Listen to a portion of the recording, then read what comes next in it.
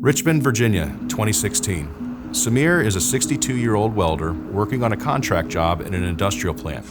He has been instructed that all the pipes in the area are closed and locked out, tagged out, so he begins his work. He hears an odd gurgling sound coming from one of the pipes, so he lifts his mask to check on it. Suddenly, a rush of toxic ammonia gas spews from the pipe directly into his face and lungs.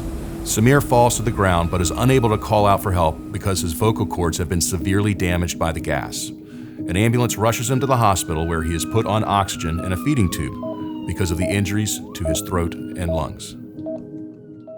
Samir was a refugee from Cambodia.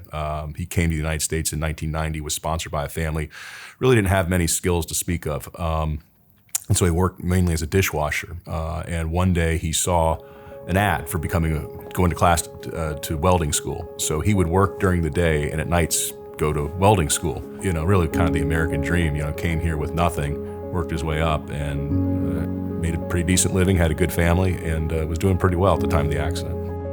It really affected his vocal cords. The biggest effect, though, is it prevented him from continuing as a welder.